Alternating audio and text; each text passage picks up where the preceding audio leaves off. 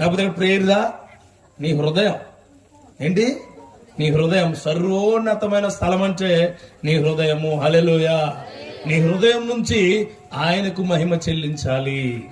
ఆయనకు మాత్రమే, ఆయనకు మాత్రమే. ఈ క్రిస్మస్ ఆరాధనలో 90% సర్వోన్నతమైన స్థలములో దేవునికి మహిమ చెల్లించేలాగా ఉండడం లేదు. అర్థమైందా? బిర్యానీ, చికెను, తర్వాత మటను, తర్వాత డాన్సులు, తర్వాత స్కిట్లు, తర్వాత గిఫ్ట్లు, తర్వాత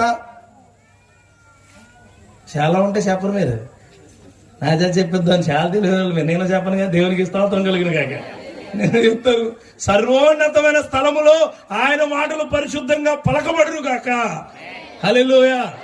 వేరే ఏమి చూడండి. ప్రశస్తంగా వచ్చారు, ప్రశస్తంగా కూర్చున్నారు, సర్వోన్నత స్థలమును దేవుని స్తుతిస్తున్నారు, ఇంటికి ప్రశాంతంగా వెళ్ళిపోతున్నారు. Praise the Lord. ఇంకా అంతకంటే మనకేం